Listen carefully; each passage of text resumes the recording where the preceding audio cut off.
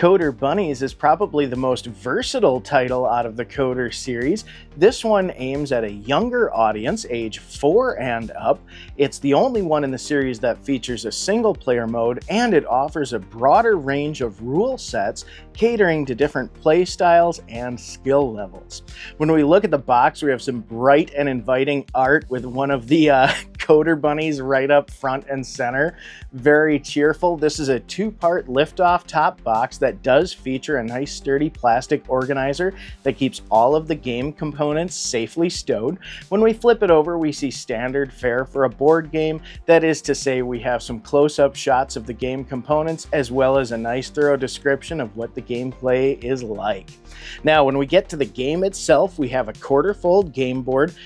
You'll notice that we no longer have wood player pieces like the other Coder games. In this instance, the players will use cardboard bunny tiles. Now, this is useful because the bunnies are directional. So from a tactile standpoint, it can be a little bit difficult to pick up the tiles when they're next to other tiles on the board. But that being said, as far as removing a choking hazard and making the direction of the bunny very easy for younger players to determine, I consider the trade-off worth it. Now, what you'll also see on this table, in addition to our colorful bunny tiles, are carrot tiles. Each player will have a carrot of their respective colors, so in certain game modes, they'll be required to collect the carrot on their way to their destination. They will also run into certain obstacles, things like fences, which players cannot navigate over, they must navigate around, and puddles, which players can navigate over so they can actually hop puddles given the correct command. You'll also see that I have these little yellow tokens. These are destination tokens. So the final destination for all 4 players is right at the center of the board, but you choose the starting point by choosing what the destination is. So in this example I have set up, the destination is school. So all of the bunnies will start on their respective school colors. So you can use this to your advantage to affect the difficulty of the game. And that was something that I thought was really fascinating about Coder Bunnyz, is because it offers a broad range of rule sets that you can use all of the same components for, you can individually tailor the game's difficulty to each respective player. Now again, the core age that we're aiming for is a little bit younger than the other Coder games. However, that being said, I would not expect a 4-year-old to be setting this up for themselves. This is the type of game that you would want an adult or an older sibling playing with the young ones, more so just getting them used to setting it up. And as you can see, each player is going to have 4 individual decks plus a debug token in front of them, their little mulligan token. If players lay down the wrong kind of code, they can use debug and take it back. So nice little, hey, you always get a do-over. So I do think that it's a great game for its intended age. However, that being said, when you're dealing with the young ones, it's more that you have a large amount of cards that you're playing with, that it might take some adult help to get a kid into this game and to understand the rules. But that being said, the game does a great job of growing with its players. Now, as you'll see, I have some basic command cards at each player's station. These consist of directional cards like forward, left, right, and hop.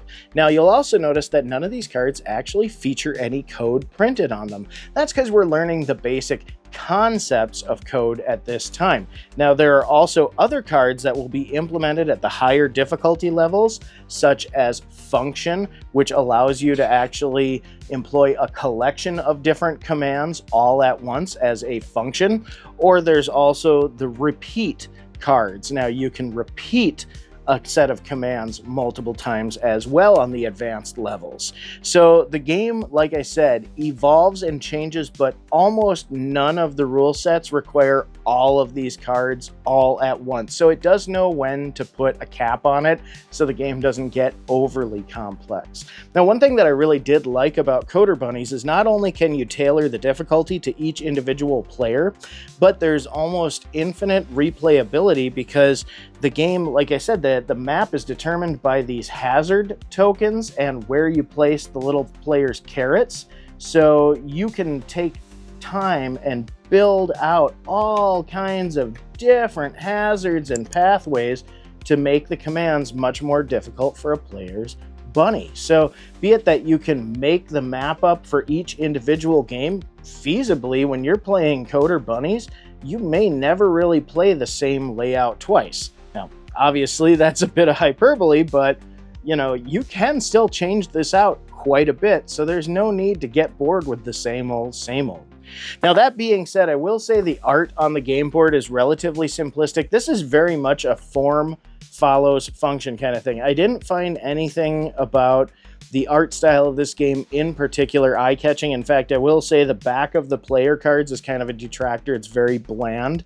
But the little code bunnies are cute. I mean, some skill went into designing the little code bunnies.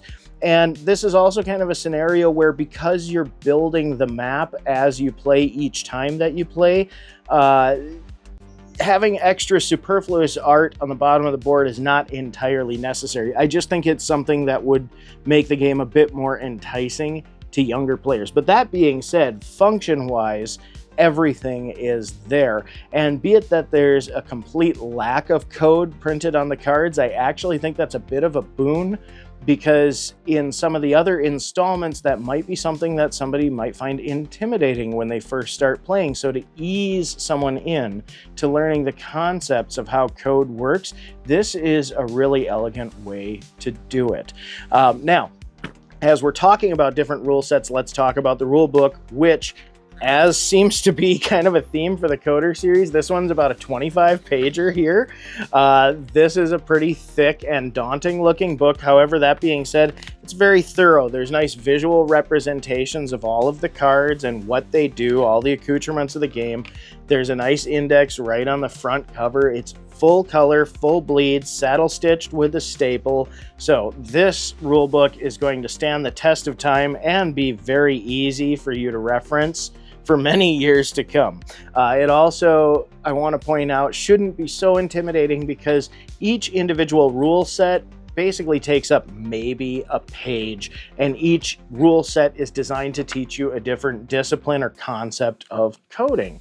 So, like I said, great game for growing with a player and their skill. Wonderfully designed rule book. Game components. For the target market, my only major complaint would be the bunny tile not being great for picking up and moving around the board, just because, you know, it's a piece of tag board. But that being said, you're removing a choking hazard and making orientation easier. The cards, once again, regardless of the back end looking a little bit, or backside looking a little bit bland compared to the art on the front, nice, snappy, resilient. They are not linen. They're just a regular paper cardstock, but they have a good feel and a nice weight to them. The art itself overall on the whole package is a little bit light, but very bright and eye-catching. So like I said, it's very much a form follows function game design, but there's quite a bit of function packed into this little game.